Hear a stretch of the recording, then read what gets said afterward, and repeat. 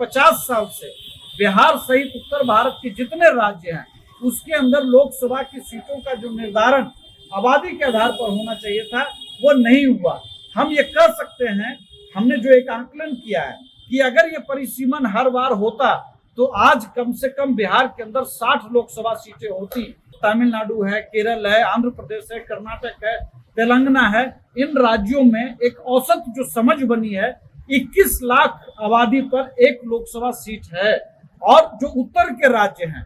और ऐसा नहीं कि सिर्फ उत्तर के राज्य, नॉर्थ ईस्ट में भी एक दो राज्यों को छोड़ दें तो ज्यादातर राज्यों में जो आबादी है उसके अनुसार जो लोकसभा सीटों का जो निर्धारण भी है वो 31 लाख मतलब 31 लाख पर है।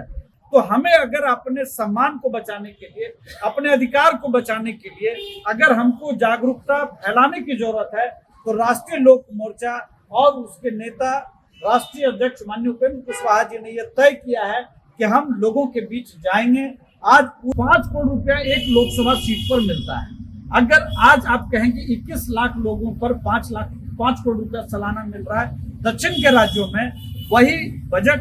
बिहार के लिए 31 लाख लोगों के लिए होता है। अगर सदन के अंदर हमारी 40 सीट है तो महिलाओं की भागीदारी 13 सीट या 14 सीट की होगी। अगर वो 60 सीट होता तो महिलाओं की भागीदारी 20 सीट की होगी। अगर मैं ये भी बात करूं कि आजाद भारत में बिहार के अंदर दलितों की संख्या, अनुसूचित जाति की जो आबादी थी वो 14% के आसपास थी, अभी वो लगभग 19% के आसपास है। तो जो उनको भागीदारी आबादी के अनुसार मिलना चाहिए था वो भी सीटों की संख्या उनकी भी बढ़ पाती। पहली बार देश के अंदर 1951 में जनगणना की गई, उसके बाद 1961 में, फिर 1971 में। ये तीनों बार जनगणना के बाद इस देश के अंदर लोकसभा की सीटों को निर्धारित किया गया। आपको मालूम होना चाहिए कि संविधान के अंदर एक लोकसभा सीट के लिए 7.5 लाख से 10 लाख की आबादी का निर्धारण किया गया है। लेकिन एक ऐसे समय में जब कांग्रेस की सरकार थी और इंदिरा गांधी इस देश की प्रधानमंत्री थी और देश आपातकाल के दौर से गुजर रहा था, 1976 में एक संशोधन लाया गया। उस संशोधन के जरिए इस देश के अंदर लोकसभा की सीटों का जो परिसीमन का जो आयोग बनता है उसके कार्यकाल को 25 साल के लिए फ्रीज कर दिया गया। जनसंख्या नियंत्रण के नाम पे 1976 में इंदिरा गांधी जी ने बिना किसी बहस के उसको 25 साल के लिए फ्रीज कर दिया। और दुर्भाग्य से 2001 में जब परिसीमन आयोग का जब गठन 25 साल के बाद किया गया, उस वक्त एनडीए की सरकार जरूर थी, लेकिन एक गठबंधन पॉलिटिक्स का दबाव और दक्षिण के राज्यों खास करके तमिलनाडु, केरल, आंध्रा, इन सब राज्यों का एक दबाव था उस वक्त। और बीजेपी का भी इतना सीट नहीं था कि संविधान संशोधन के लिए जो 2/3 बहुमत लोकसभा के अंदर और राज्यसभा के अंदर चाहिए था, वो नहीं होने की वजह से 2001 में भी जो परिसीमन किया गया वो परिसीमन सिर्फ आबादियों को संतुलन करने के लिए किया गया। राष्ट्रीय लोक मोर्चा की तरफ से हम आपके बीच बैठे हुए हैं। हम आपके बीच जो बात करने के लिए आए हैं वो संवैधानिक अधिकार परिसीमन सुधार। राष्ट्रीय लोक मोर्चा के राष्ट्रीय अध्यक्ष माननीय उपेंद्र कुशवाहा जी ने बिहार के हित में, बिहार के सम्मान में एक ऐसी बात को लेकर के आपके बीच आने का फैसला किया है जिसके लिए पूरे बिहार को पिछले 50 साल से वंचित रखा गया है। आपको मालूम है कि आजादी के बाद हर जो संविधान के अंदर एक प्रावधान किया गया है कि हर गिनती के बाद, मतलब हर जनगणना के बाद लोकसभा की सीटों को और विधानसभा की सीटों को, फिलहाल हम लोकसभा की सीटों पर बात करेंगे, लोकसभा की सीटों को फिर से आबादी के अनुसार निर्धारित किया जाना है। पहली बार देश के अंदर 1951 में जनगणना की गई, उसके बाद 1961 में, फिर 1971 में। ये तीनों बार जनगणना के बाद इस देश के अंदर लोकसभा की सीटों को निर्धारित किया गया। आपको मालूम होना चाहिए कि संविधान के अंदर एक लोकसभा सीट के लिए 7.5 लाख से 10 लाख की आबादी का निर्धारण किया गया है। लेकिन एक ऐसे समय में जब कांग्रेस की सरकार थी और इंदिरा गांधी इस देश की प्रधानमंत्री थी और देश आपातकाल के दौर से गुजर रहा था, 1976 में एक संशोधन लाया गया। उस संशोधन के जरिए इस देश के अंदर लोकसभा की सीटों का जो परिसीमन का जो आयोग बनता है उसके कार्यकाल को 25 साल के लिए फ्रीज कर दिया गया। फ्रीज कर दिया गया मतलब कि 1976 से 2001 तक परिसीमन आयोग का जो संविधान के अनुसार एक वोट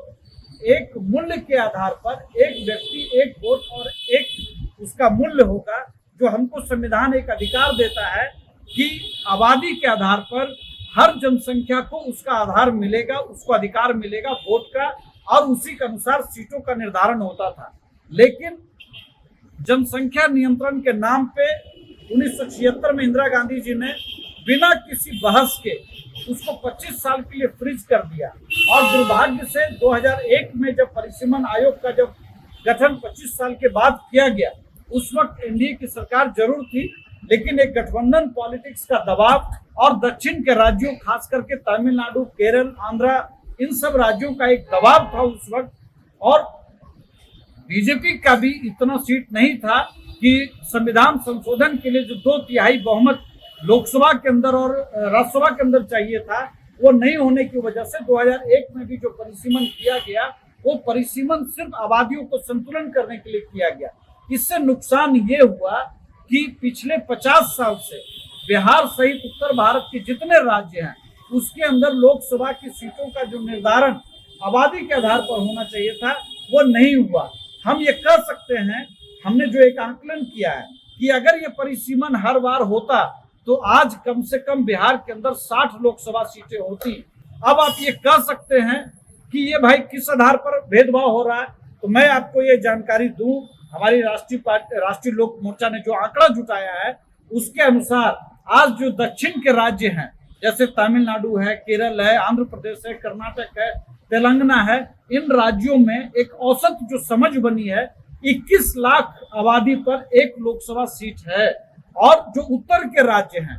और ऐसा नहीं कि सिर्फ उत्तर के राज्य, नॉर्थ ईस्ट में भी 1-2 राज्यों को छोड़ दें तो ज्यादातर राज्यों में जो आबादी है उसके अनुसार जो लोकसभा सीटों का जो निर्धारण भी है वो 31 लाख मतलब 31 लाख पर है। मतलब कि हमको जो संविधान अधिकार देता है एक व्यक्ति एक वोट एक मूल्य का, इसका मतलब है कि हमको एक लोकसभा सीट के लिए तकरीबन 31 लाख लोगों का वोट चाहिए या उसका आधार चाहिए। साउथ में वो 21 लाख पर है। अब साउथ के राज्य जब कभी भी परिसीमन की बात उठती है, आप ये कह सकते हैं कि भाई ये अभी तो एनडीए की ही सरकार है, आप ये सवाल क्यों उठा रहे हैं? हम ये सवाल इसलिए उठा रहे हैं क्योंकि बिहार या उत्तर भारत के जो राज्य हैं वो अपने अधिकारों के लिए उतने सजग नहीं है, और 26 में जो परिसीमन होना है उसके लिए सदन के अंदर, लोकसभा और राज्यसभा के अंदर लगातार दक्षिण के राज्य इसका विरोध करना शुरू कर चुके हैं। तो हमें अगर अपने सम्मान को बचाने के लिए, अपने अधिकार को बचाने के लिए अगर हमको जागरूकता फैलाने की जरूरत है, तो राष्ट्रीय लोक मोर्चा और उसके नेता राष्ट्रीय अध्यक्ष माननीय उपेंद्र कुशवाहा जी ने यह तय किया है कि हम लोगों के बीच जाएंगे। आज पूरे बिहार के अंदर हर जिले में राष्ट्रीय लोक मोर्चा इस विषय पे प्रेस कॉन्फ्रेंस कर रहा है। आप कह सकते हैं कि भाई हमने जनसंख्या नियंत्रण नहीं किया, तो मैं एक बहुत मजेदार आंकड़ा आपको देता हूं। 1881 से 1971 के बीच में दक्षिण के राज्यों का जो जनसंख्या का जो ग्रोथ रेट है वो बहुत ज्यादा था, और उस दौरान बिहार, यूपी जैसे राज्य जो अंग्रेजी शासन के दौरान जो क्रूरता थी, जो उस वक्त आपको याद होगा बिहार के अंदर बहुत बड़ा भूकंप भी आया था 1931 के आसपास में, उन दिनों गरीबी और जो अशिक्षा थी उसकी वजह से जो बिहार का जो आप अगर देखेंगे आबादी का, तो मैं एक आंकड़ा आपको बताता हूँ, बड़ा मजेदार है। 1901 से 1921 के बीच में बिहार की आबादी लगभग कहिए कि अस्थिर थी। 2 करोड़ के आसपास आबादी थी 1901 में भी और 1921 में भी। आप समझिए उस वक्त अंग्रेजी शासन इतना क्रूर था कि जो आबादी 1901 में 2 करोड़ 12 लाख थी, वो 1921 में मतलब 20 साल का टेन्योर गुजरने के बाद भी बिहार की आबादी उस वक्त 2 करोड़ 13 लाख थी। जिस दौर में दक्षिण के राज्यों की आबादी 3 गुना बढ़ गई, मतलब 1901 से 1971 के दौरान दक्षिण के राज्यों की आबादी 3 गुना बढ़ गई थी। उस वक्त बिहार की आबादी 1901 में जैसे मैंने बताया कि 2 करोड़ 12 लाख था, तो 1971 में जाके 4 करोड़ 21 लाख होता है। मतलब हम दुगना से भी थोड़ा कम ही बढ़े। मतलब जिस वक्त उनको जैसे कहते हैं ना कि पंगत लगा करके जब हम भोजन खिला रहे थे, खाने का समय आया, उनको जब खाने का समय था उन्होंने अपनी सीटें बढ़ा ली, जब बिहार सहित उत्तर भारत के राज्यों को खाना मिल रहा था तो उन्होंने थाली खींचने का काम किया, और ये काम कांग्रेस के नेतृत्व वाली बिना किसी विपक्ष को मदद लिए या उनको कंसेंट लिए, उनकी सहमति लिए ये काम किया गया। आज एक लोकसभा सीट पर एक लोकसभा सांसद को, जो मैं कह रहा हूं कि सबसे न्यूनतम जो नुकसान है, बिहार जैसे राज्यों को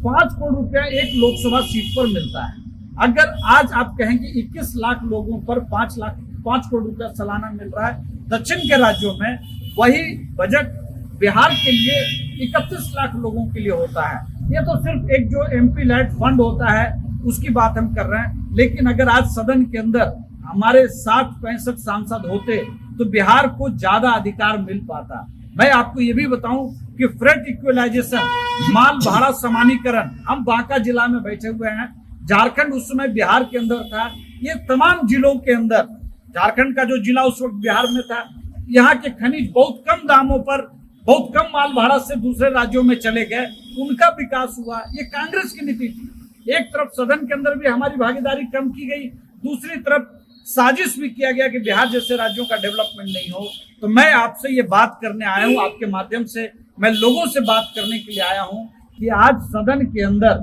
अगर 60 सांसद होते, विधानसभा के अंदर अगर उसी प्रोपोर्शन में 243 विधानसभा की जगह 300 या 300 से कुछ ज्यादा होता, तो मैं एक और जानकारी आपके सामने मैं कहूंगा कि अभी महिलाओं के लिए आरक्षण का निर्धारण किया गया है 33%। अगर सदन के अंदर हमारी 40 सीट है तो महिलाओं की भागीदारी 13 सीट या 14 सीट की होगी। अगर वो 60 सीट होता तो महिलाओं की भागीदारी 20 सीट की होगी। अगर मैं ये भी बात करूं कि आजाद भारत में बिहार के अंदर दलितों की संख्या, अनुसूचित जाति की जो आबादी थी वो 14% के आसपास थी, अभी वो लगभग 19% के आसपास है। तो जो उनको भागीदारी आबादी के अनुसार मिलना चाहिए था, वो भी सीटों की संख्या उनकी भी बढ़ पाती। जो लोग बिहार के अंदर, मैं आरजेडी से भी ये सवाल पूछना चाहता हूँ कि डीएमके के जो मुख्यमंत्री जो तमिलनाडु के अंदर डीएमके के एमके स्टालिन है, वो सबसे ज्यादा विरोध इस एजेंडे का कर रहे हैं। जो इंडिया अलायंस के गठबंधन के पार्टनर हैं, क्या तेजस्वी जी को ये बात नहीं कहनी चाहिए? क्या मुकेश सहनी जी को ये बात नहीं कहनी चाहिए? क्या लेफ्ट के लोगों को ये बात नहीं कहनी चाहिए कि जब बिहार की अस्मिता और लोकसभा और राज्यसभा के अंदर और विधानसभा के अंदर भी, लोकसभा, राज्यसभा और विधानसभा के अंदर जब पार्टिसिपेशन बढ़ना है बिहार के लोगों का, तो क्यों नहीं आकर के वो प्रमुखता से या कई मुखर तरीके से अपने ही अलायंस के जो पार्टनर जो इस तरह से बिहार की अस्मिता या पूरे उत्तर भारत की अस्मिता के साथ खिलवाड़ कर रहे हैं, उनका विरोध करना चाहिए और एक मंच पर आकर के इस बात का समर्थन करना चाहिए कि परिसीमन आयोग का गठन 2026 में हो, और हो उसके साथ जो आबादी के अनुसार जो बिहार का हिस्सा मिलना चाहिए। हम किसी का ये नहीं कह रहे कि उसकी सीटों की संख्या कम कर दी जाए, साउथ के राज्यों की सीटों की संख्या स्थिर रहते हुए भी बिहार के अधिकार को दिया जा सकता है। जहां तक जनसंख्या नियंत्रण की बात है, तो आपको पता है कि जैसे जैसे नीतीश कुमार जी के नेतृत्व में शिक्षा का प्रसार हो रहा है, अब तो तमाम सर्वे आ गए हैं कि जो लड़कियां 12th या ग्रेजुएट हो चुकी हैं वो बच्चे कम पैदा करने में रुचि रखती हैं या वो परिवार के अंदर इतनी हिस्सेदारी रखती हैं कि वो जनसंख्या नियंत्रण पर बात कर सकें। तो हम अब जो पीक साउथ 70-80 के दशक में पा चुका है, वो पीक हम लोग अब पा रहे हैं। लेकिन इसका मतलब ये नहीं कि हमारे अधिकार को जब उनको ज्यादा मिलना था, अगर जनसंख्या पर बात मैं करूं तो तमिलनाडु को अगर आज 39 सीट है तो उनकी सीटें घट करके अब वो 35-36 हो जाएंगी और हमारी सीटें बढ़ जाएंगी। मैं नहीं कह रहा हूं कि उनकी सीटों को आप घटा दें, लेकिन परिसीमन आयोग बिहार के हित को, बिहार के सम्मान को जरूर रखे ताकि महिलाओं, दलित, वंचित और दूसरे समाज के लोगों की भी भागीदारी सदन के अंदर, लोकसभा के अंदर, राज्यसभा के अंदर, विधानसभा के अंदर बढ़ सके। ये बात मैं आपके सामने कहने आया हूं और ये बात कोई पार्टी नहीं उठा रही है, लेकिन हमारे नेता राष्ट्रीय अध्यक्ष उपेंद्र कुशवाहा जी पहले शिक्षा सुधार को लेकर के कई बात वो कर चुके हैं। केंद्रीय विद्यालय आज जिसके लिए हम लोगों ने इतनी लड़ाई लड़ी, आज लगभग जिलों में खुलने का प्रस्ताव आ चुका है। उसी तरह से कॉलेजियम सिस्टम के अंदर न सिर्फ दलित, ओबीसी बल्कि गरीब सवर्णों को भी जगह नहीं मिलता है जज बनने में, वहाँ भी जो 200-300 परिवार है उसी को अधिकार मिलता है। तो हमारे नेता ने न सिर्फ शिक्षा सुधार बल्कि आज कॉलेजियम सिस्टम को बहस के केंद्र में लाने का काम किया। आज